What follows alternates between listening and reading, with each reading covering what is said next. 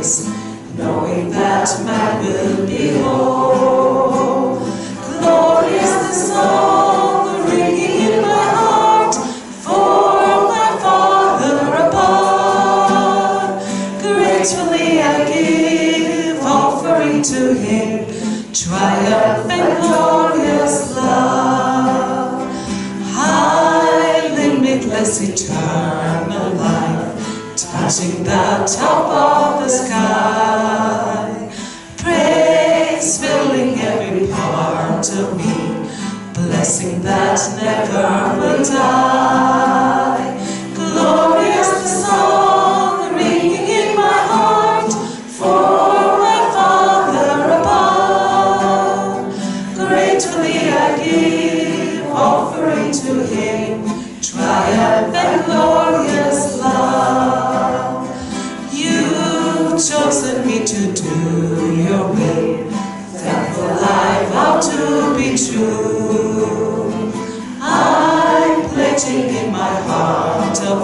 hearts. Father, my life is for you. The Lord is the song ringing in my heart for my Father above. Gratefully I give, offering to Him triumph and glorious love. Ja, vi ber en bön tillsammans. Kära himmelske far, vi är så tacksamma att vi återigen kan mötas den här söndagen. Och idag ska vi få lyssna på Tim. Och jag ber så mycket att vi kan öppna våra hjärtan för att ta emot ditt ord. Och att vi kan få kraft för den veckan som ligger framför oss. Jag vill be för alla som är här också, och för alla de som inte kunde komma idag. Att vi alltid kan vara där för varandra och stötta varandra. Och jag vill be den här bönen nu i mitt namn, Sörfort, som heter den senaste familj. Adju.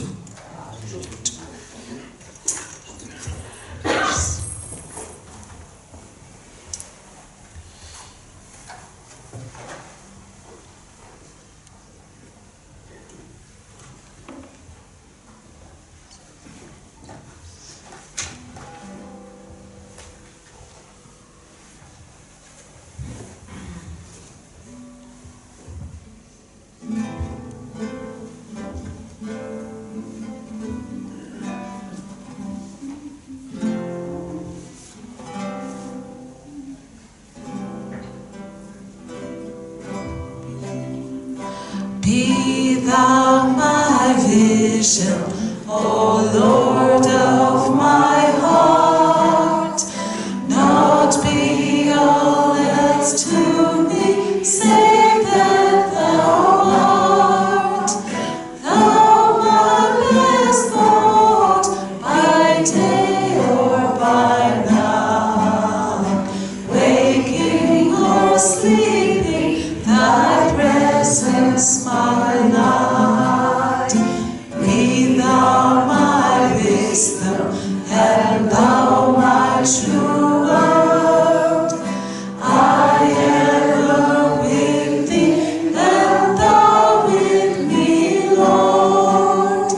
Thou my great Father, and I thy true Son.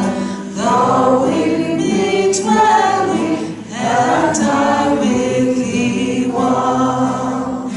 Riches I need not, nor man's empty praise. Thou mine inheritance, now and always. Thou and thou only, first in my heart. High King of heaven, my treasure thou art. High King of heaven, my victory won. May I reach heaven's joys, our bright and sun. Heart of my own heart, whatever befall, still be my vision, O ruler of all. Tack så mycket. Vi fortsätter med meddelanden.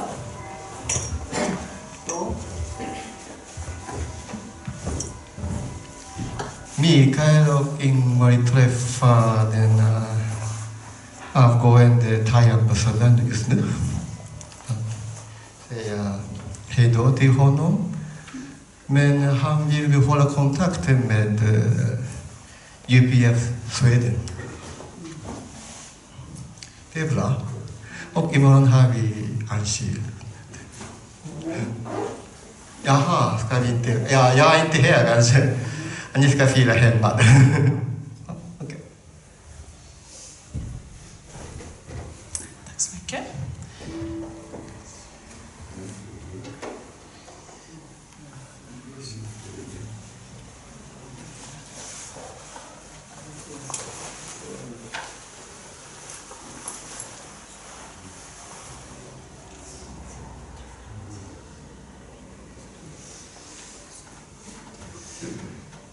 If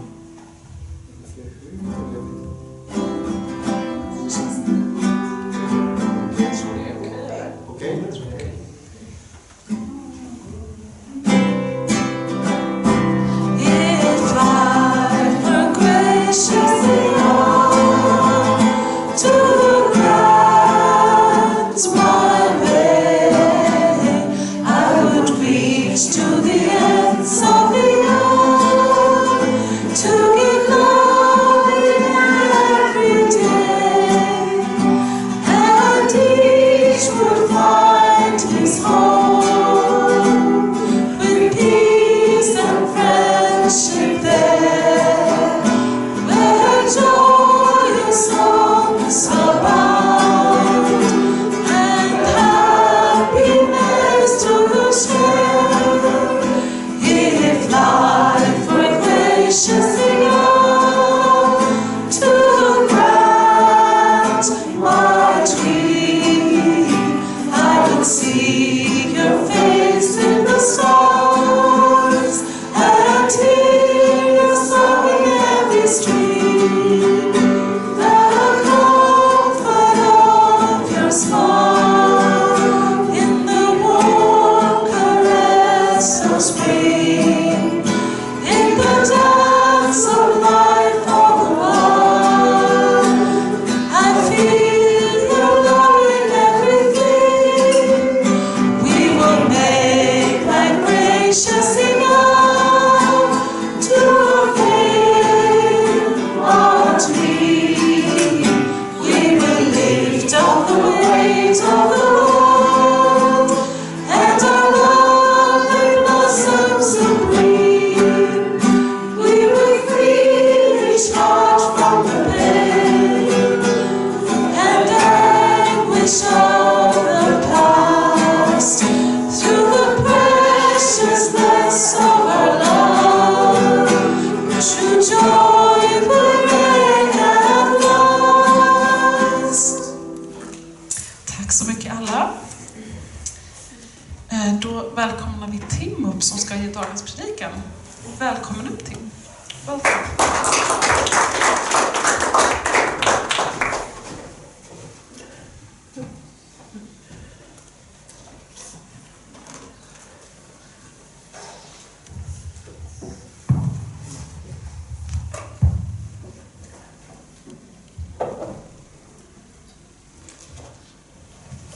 I move this because I feel I might knock it down. Here.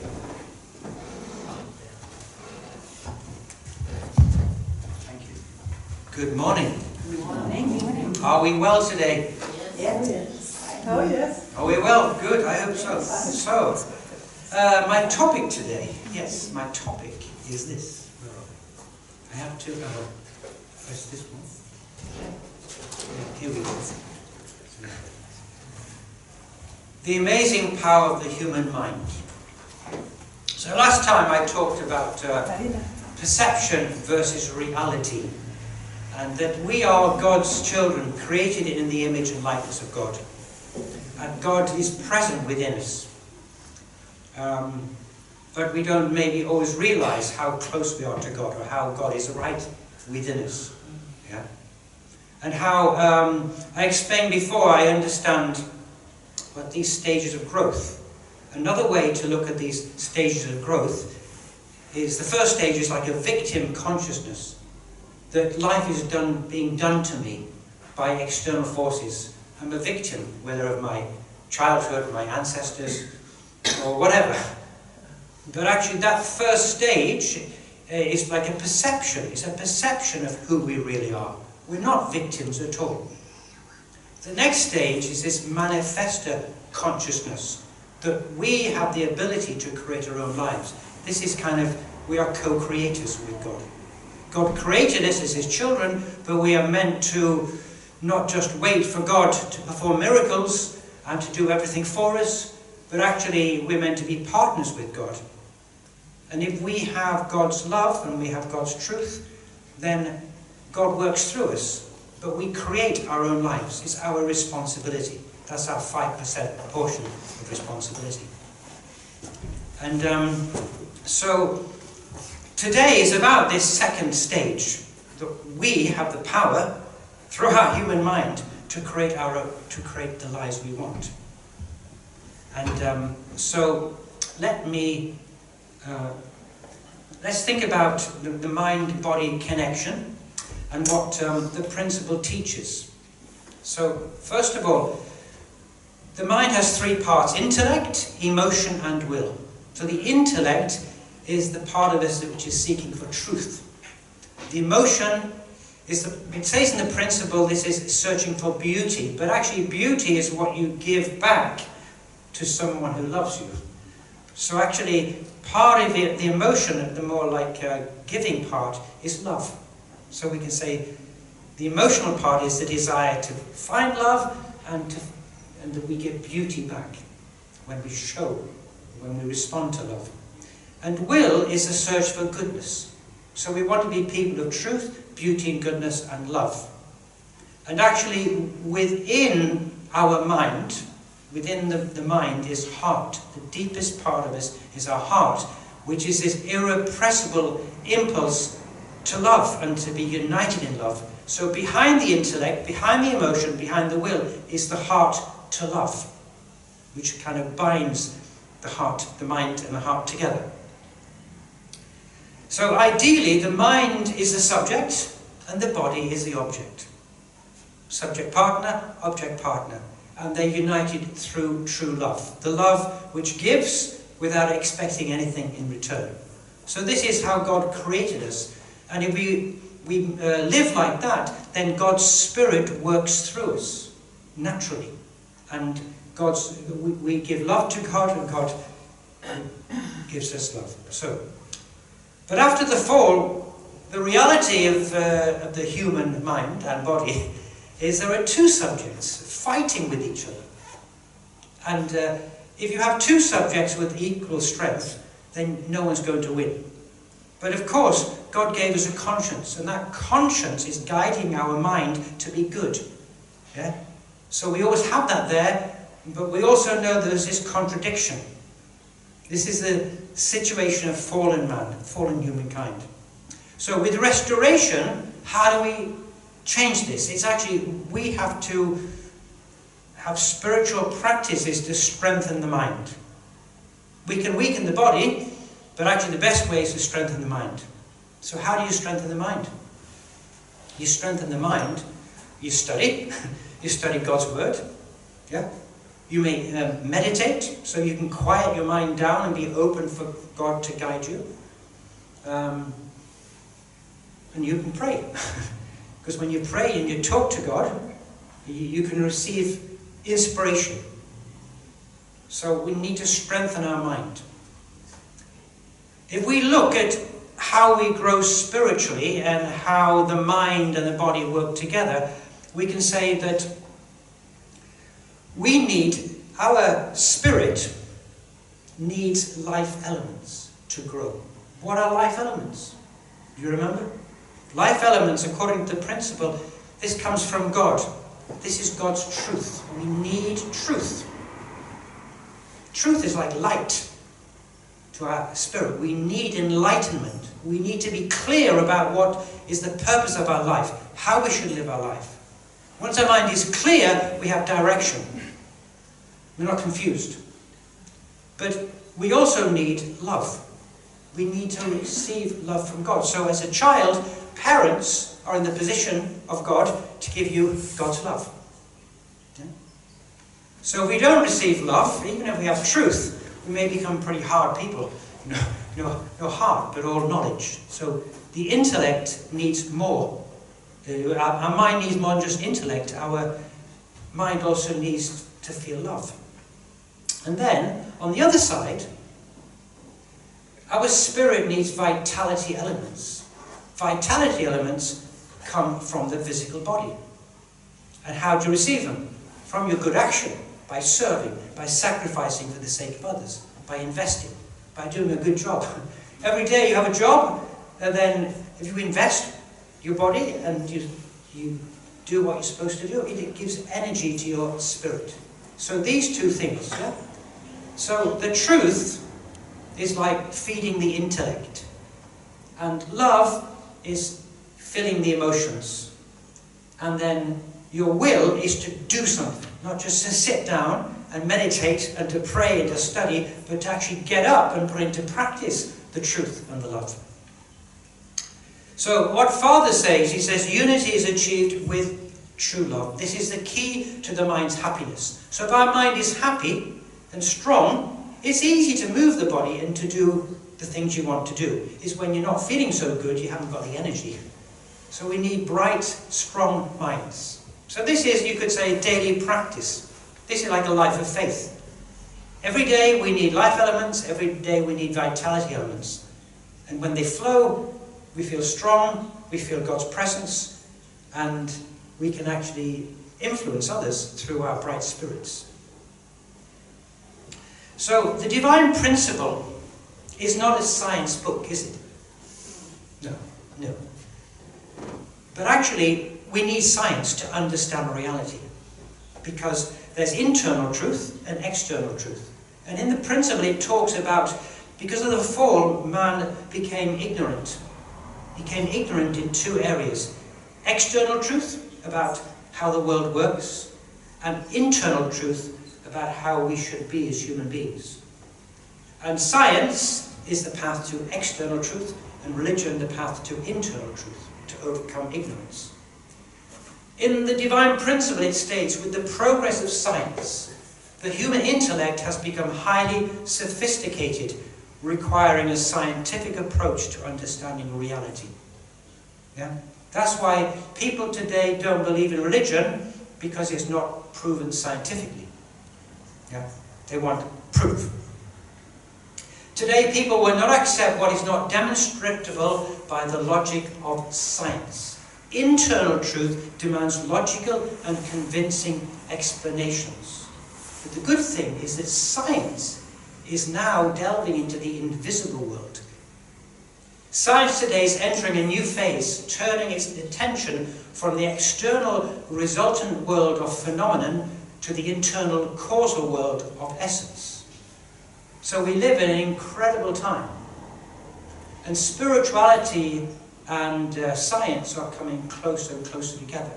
And there are several people in the world today who are researching and writing books and finding the connections and able to explain people's spiritual experiences and practices through a scientific method. Let's look at the advances in science today. First of all, have you heard of neuroplasticity? Okay. Neuroplasticity. This is the brain's ability to change and grow throughout a person's life. Our brain is not stuck and unchangeable, even if you feel you're a bit old and stuck in your habits and so on. Actually, every thought you have creates a pathway between neurons in your brain. So if you practice something many times, that pathway becomes stronger and stronger and stronger. So, and our brains are constantly changing. Every thought we have affects our brain. So neuroplasticity is showing that we are not stuck and determined even by our, by our upbringing, by our ancestry. We can change our brain. We have the power to change ourselves. It's in the brain. It's in science. Have you heard of the growth mindset and the fixed mindset? Because in schools now they're teaching this to motivate children to realize they can achieve anything. Because the fixed mindset is, well, I'm no good at maths. I never have been and never will be. I won't even try. Or the other person says, I'm a genius at maths. I was born with this gift. So, that's just the way I am. But actually, in schools, in my school also, we're teaching that through this idea about we don't talk about neuroplasticity, but we do talk about neurons. And every thought creates a connection with another neuron and a pathway. So if you practice something, it's like saying, okay, maybe at the moment I'm not good at maths, but if I try and I practice, I get better and better and better and better. So there are people with handicaps, like Helen Keller, who was blind and deaf, but she became a great person and wrote books. Yeah? And there's this Australian man who has no arms and no legs, and he gives public talks around the world. And he goes swimming, and he goes sliding down a what do you call it? Down into the water. Can't remember the word. So he's very positive and very happy, but he's got no arms and he's got no legs, because he has a growth mindset. Because he decides in his mind, I can do this. That's neuroplasticity. Then there's this one called psychoneuroimmunology. Well, this is the study of the effects of the mind on health and the immune system. No, our mind, through the power of our mind, we create chemicals in our brain which then go into our bloodstream. Oxytocin, you know what that is? Oxytocin, if you feel love, you actually, it creates chemicals in your brain that make you feel happy. And then there are stress hormones that will create stress, yeah, and weakens the immune system. So we can strengthen the immune system with oxytocin, yeah, or we can weaken it through our stress hormones. Epigenetics, have you heard of this? This is a study of biological mechanisms that turn genes on and off. So, you've heard of, we all have genes, yes? So, people think, well, if your parents had a certain illness, then you're likely to get the same illness because it's in the genes, yes? That's common understanding. So you have gene therapy today, so you can actually change the genes. But actually, epigenetics is saying, no, we are not, our genes are not stuck. We can turn them on and turn them off through the power of our mind, through the power of our beliefs, and through our emotions. We can change them. And this is proven scientifically. And one speaker, who I mentioned before, is called Dr. Lipton. What's his first name? Anyway. He did a lot of research, and he found it's actually the environment affects our genes. I mean, he looked at very simple animals and could detect the changes, but environment for us doesn't just mean the weather. It means the environment within us. Our thoughts, our feelings, and our beliefs affect our genes, so they can be switched on and switched off. So if you have a susceptibility towards a certain illness, you can use the power of your mind to switch those off, to downgrade them and uplift other genes. So I'm not a scientist, but this is fact, but it's not commonly talked about, because in the media you just hear about gene therapy. This is the latest way to, you've got bad genes, so let's change the genes. So this is modern science. This is the cutting edge of science. Quantum physics, a branch of physics studying the inside of atoms. So if you look into the inside of atoms, what do you find? You find nothing. waves and vibrations. Actually, going deeper and deeper, everything is made of energy. So energy is not stuck. Energy is moving, yeah? And Einstein, he said, energy can turn into matter, matter into energy. It's the same thing. So if I was to go inside myself and try to find my atoms, I would end up finding space, yeah? It's all about vibration, yeah? That's why in the spirit world we can't see anything, because it's a higher vibration, yeah? That's why a ghost can walk through walls. Because for them, there's nothing there. So these advances are showing that what is possible. And my understanding is that so we're not victims. We are co-creators.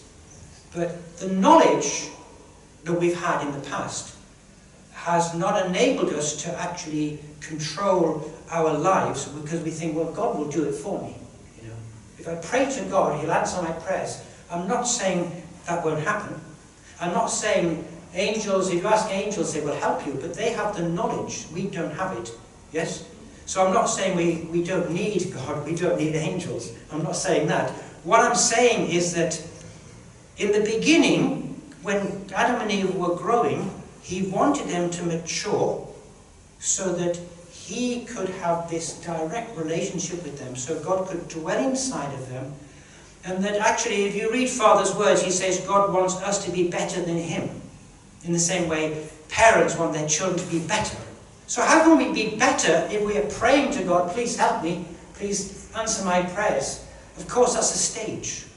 It's a stage. Yeah? But God wants us to have that power within ourselves.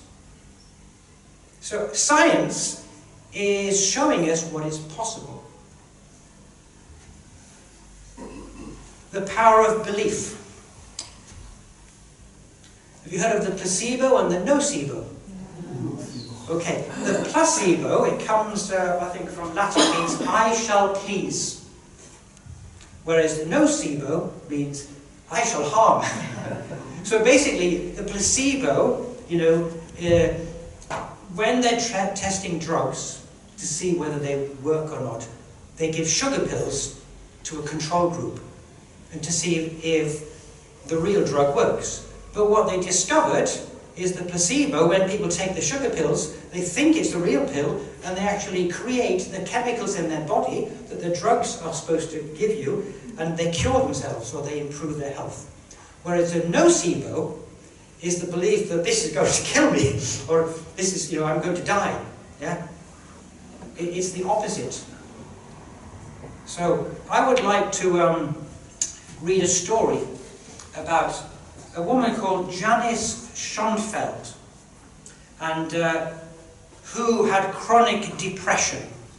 She was 46 years of age, and in 1997 she saw a newspaper. She lived in California, and the university was looking for volunteers to test a drug, a new antidepressant drug called Effexor. Effexor, that sounds like a fixer. Fix you. Yeah? So she was very happy to do this, and she knew that roughly half of the group, of 51 people, would be getting the drug, and half would receive the placebo. She agreed to return, you know, every week. This was like an 8-week study. And every time she came, she answered questions about how she was feeling, and they tested her, put her through an EEG machine to check her brainwave activity and so on.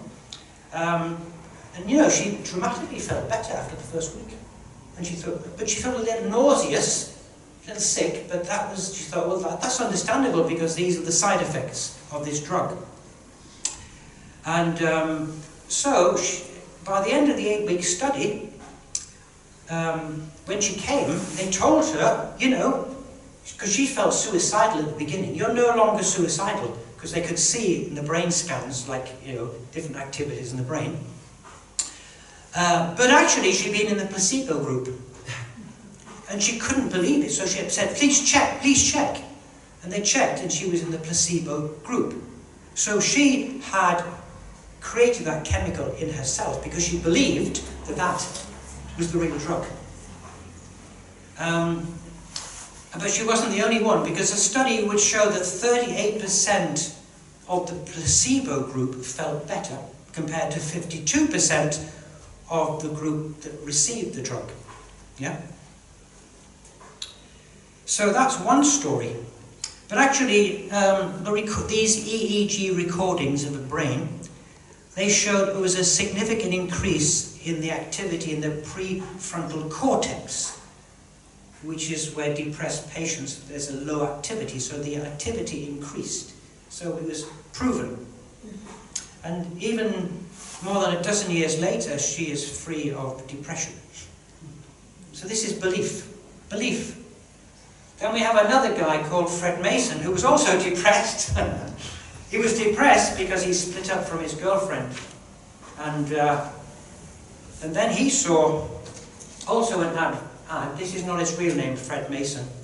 He saw an advertisement for an antidepressant drug. And he thought, well, I better do this, you know, because I'm really depressed because my girlfriend has left me. And after a month of taking this drug, he called up his ex-girlfriend, and they argued on the phone. And when he hung up the phone, he impulsively grabbed his bottle of pills and drank all 29 of them. Yeah? But when he did that, because he felt, no, I don't want to kill myself, and he repented. He said, no, what have I done? What have I done wrong? And he ran out into the apartment, and he called out for help, and he collapsed on the floor. And a neighbour saw him on the ground, and he was taken to the hospital. And he said, it was a terrible mistake, I didn't mean to do this. And when he was taken there, he was saying, I don't want to die, I don't want to die. He was in the emergency room, he was sweating, and his pulse was rushing, and breathing rapidly. And he said, I don't want to die. But when the doctors examined him, there was nothing wrong with him. But he felt really lethargic, and then he said, they took blood samples and urine, and then he said, this is what I took. And they actually took the drug, and this was the placebo. And once he realized, his blood became normal, his breathing became normal, and he was fine. So it's another example. This was like the nocebo. I'm going to die! Yeah, because he created himself through his mind, through his fears, through his beliefs. And then we have one more person, Mr. Wright. Actually, it's not again the real person, but it's a story. So I'd like to tell you, he had cancer of the lymph glands, lymphoma. So this is his story. This was in 1957. And this man had huge tumours, some as big as an orange, in his neck, groin, armpits, and his cancer was not responding to any conventional treatments. And he lay in his bed for weeks, you know, gasping for air, completely bedridden. And his doctor had almost given up hope. But then, when he heard about a treatment, some experimental drug, which was extracted from horse blood, called Crebiozen, he got very excited. And he thought, you know, he badgered his doctor, can I take this drug? Please, you know, it might save my life. So the doctor gave him an injection of this drug. And when he got it, it was on a Friday. By Monday, he was walking around in the hospital, he was laughing and joking with the nurses, acting pretty much like a new man.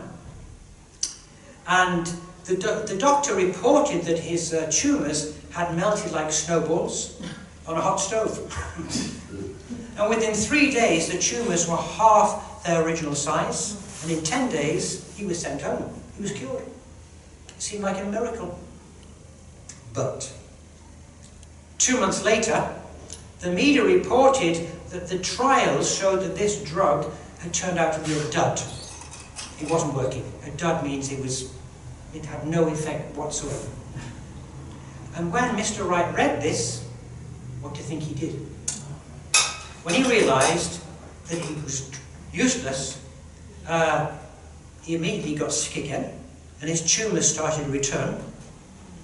And so Dr. West suspected that Mr. Wright's first response was due to the placebo effect, because he believed it. Now he's believing it's not working, so it's like the nocebo effect. And he knew that Mr. Wright was terminal. You know, if he gets these tumours again, this is a pathway to death. So Mr. Wright decided to use it as initiative, and he said, "Oh, don't believe these newspaper reports. That was just a bad batch. You know, actually, I've got another batch. This is a new super refined double strength version." And so he gave that to him. And guess what happened to Mr. Wright? In a few days he recovered. Yeah. And, but again, it wasn't a drug. it was just distilled water. So they magically vanished, these tumours, and he happily returned home and did well for another 2 months, free of tumours.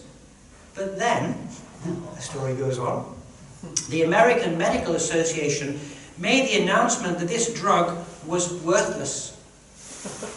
It actually turned out to be a hoax. It was nothing more than a mineral oil containing amino acids. And the manufacturers were being sent to court. Yeah? Upon hearing the news, what do you think happened to Mr. Wright? He relapsed a final time, no longer believing in the possibility of health. He returned home and he was dead 2 days later. Belief. Belief. So Dr. Bruce Lipton, he's the man who, he's written a book called The Biology of Belief. And he talks about epigenetics, how the genes can be switched on and switched on according to the way you think. Yeah? It says if the brain expects that a treatment will work, it sends healing chemicals into the bloodstream, which facilitates that. That's why the placebo effect is so powerful for every type of healing.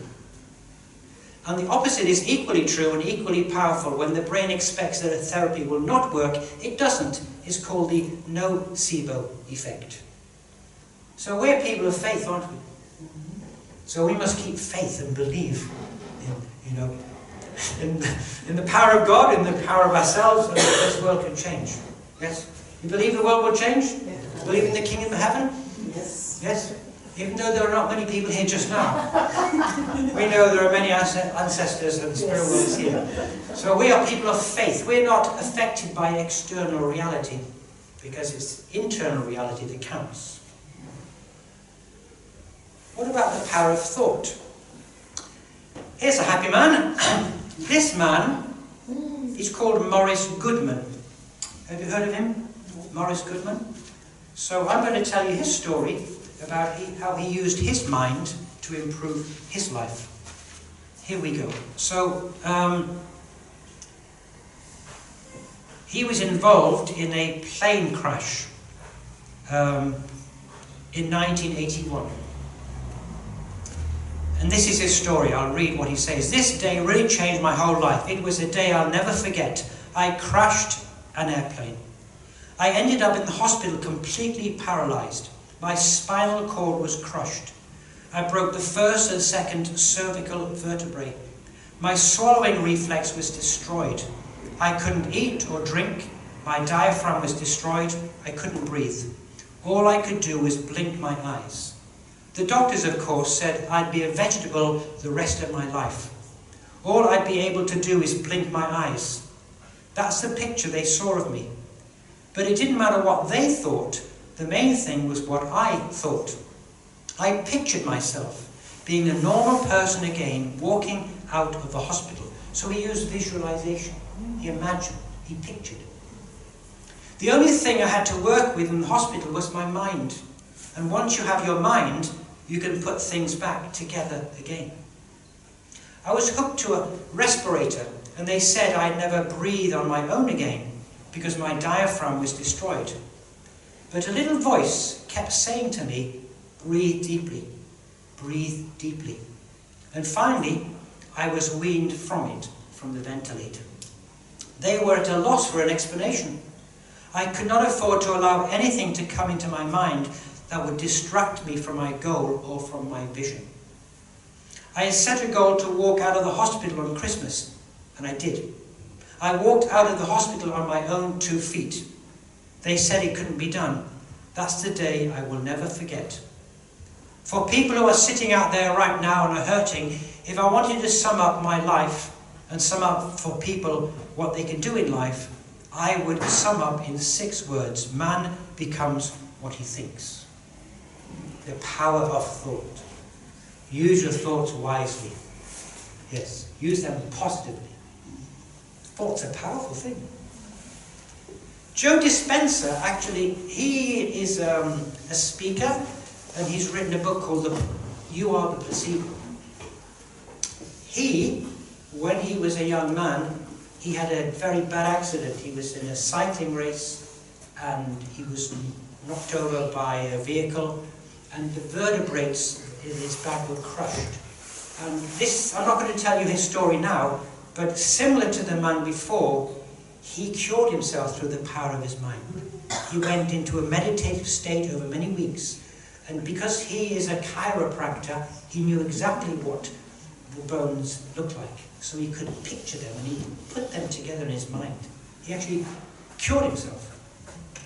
So he says the latest research supports the notion that we have a natural ability to change the brain by thought alone. It is scientifically proven that the body can heal by thought alone. Your body doesn't know the difference between an experience and a thought. You can literally change your biology, your neurocircuitry, chemistry, hormones and genes simply by changing your thoughts. So, you know, 95% of our thinking is in the subconscious. We have only 5% conscious. Our whole body is being regulated through our subconscious mind, through subconscious programs. Yeah? So actually, positive thinking alone doesn't change much. Yeah? But what he has a method of meditation where you can go within yourself and change your subconscious mind, the subconscious programs. And he has done a lot of scientific experiments, and on his workshops he has people with all this equipment on, checking under meditation what's happened to them, can see in real time how the brain is changing through the power of their thought under meditation. Yeah. So Yogananda, who you know, this kind of a spiritual leader from India, he wrote this when he was alive. Thought is the primary energy and vibration that emanated from God, and is thus the creator of life, electrons, atoms, and all forms of energy. So he was a spiritual person, not a scientific person. Yes? But he was very wise and very deep, and he meditated a lot. And he wrote this autobiography of a yogi. So from a spiritual viewpoint, he's saying this is how God created everything.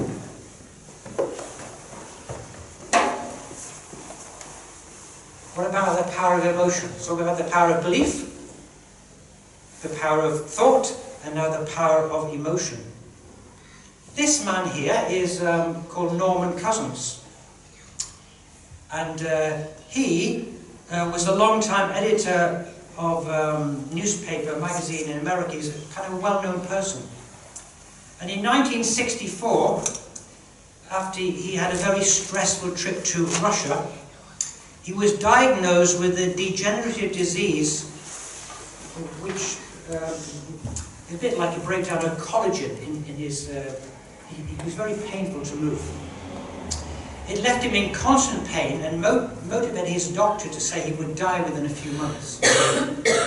But he disagreed. And he reasoned that if stress had somehow contributed to his illness, because he had not been sick before he went to Russia, then positive emotions should help him feel better. And with his doctor's consent, he checked himself out of the hospital and into a hotel across the street and began taking extremely high doses of vitamin C, while exposing himself to a continuous stream of humorous films, including the Marx Brothers. Remember the Marx Brothers? Yes. I laughed a lot. The silent one. What's he called? No, Groucho's the one with the moustache. Harpo is, Harpo Marx. At the top there, he never spoke. He was Harpo Marx. He was the funniest one. I laughed a lot. So Norman Cousins, he decided if my negative emotions have caused my stress and my illness, then I'm going to change it. Yeah, and then okay, he found that 10 minutes of belly-ripping laughter would give him 2 hours of pain-free sleep. 10 minutes. Yes, 2 hours of, what did I say? 2 hours of belly-ripping laughter would give him 2 hours, 10 minutes of laughter, 2 hours of pain-free sleep. When nothing else, not even morphine could help him. And eventually he made a complete recovery. He laughed himself to health. So, and he wrote this book, Anatomy of Illness. And I'd just like to say, this comment, this little boy here, laugh until your belly hurts and then just a little bit. So, we all need to laugh. And some people have funny laughs, and Mr. Bean has a very strange laugh. And old people can laugh with deep laughter, and another old person. So, laughter is good medicine. Laughter creates chemicals. Yeah. When you laugh, your chemicals, you get positive emotion, makes you feel good. So, yeah, so, the power of emotion. So are you, so every day are your emotions more positive or more negative? In between, are they both? Can you spend a whole day just being positive? So let's look at them. So actually, love is the most powerful positive emotion. Yeah? Love can change anything. Love can cure anything. Love can solve any problem.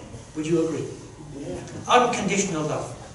If Father could go to Kim Il-sung and embrace him, and he could love his torturer, he could love his enemies. But Jesus loved his enemies. Forgive them, for they know not what they do. So love is the most positive emotions.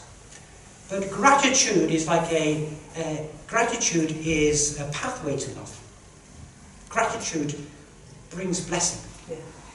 And then joy. Joy is a wonderful emotion to have. Passion for something. You have a passion for something, it's like you have a love for it. You invest in it. And excitement. If you're excited about something, you feel great, don't you? It gives lots of oxytocin, lots of positive chemicals to your system. Hope.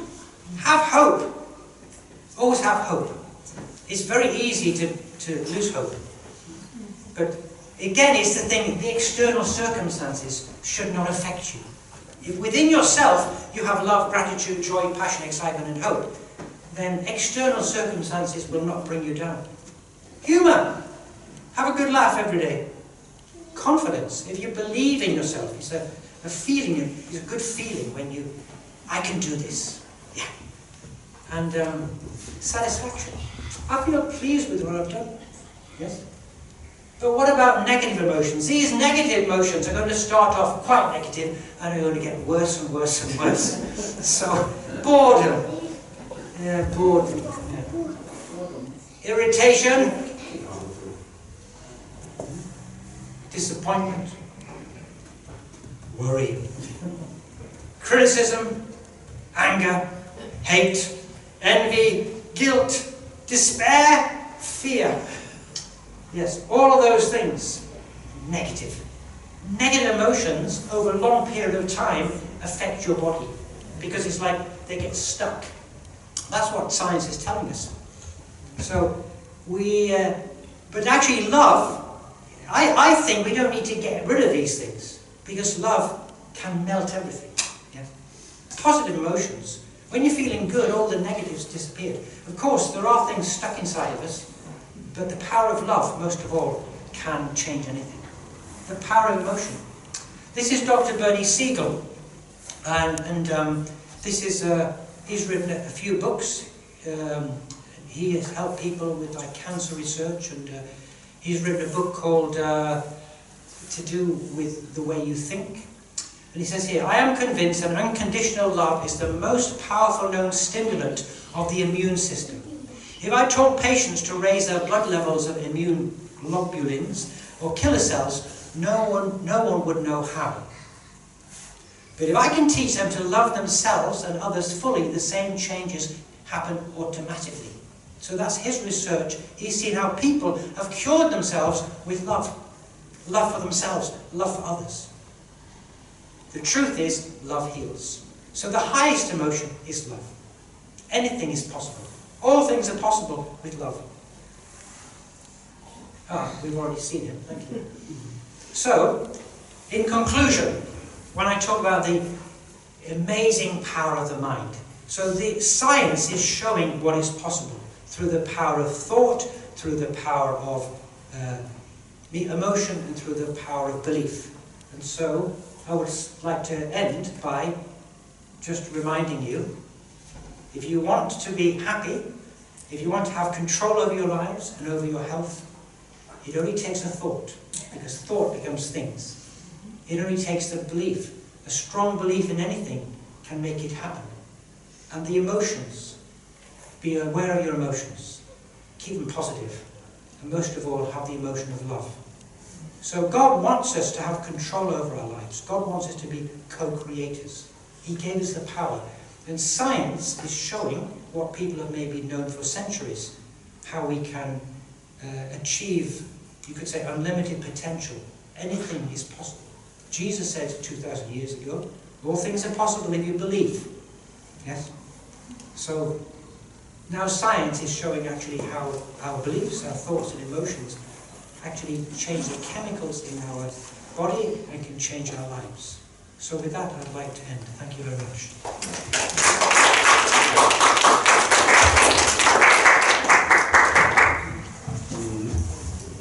Thank you so much, Tim. It was very inspiring. That's amazing. I realized lately also myself how much it affects me in everything I do, like what I think and how I can actually change the situation. That's okay. End with a song.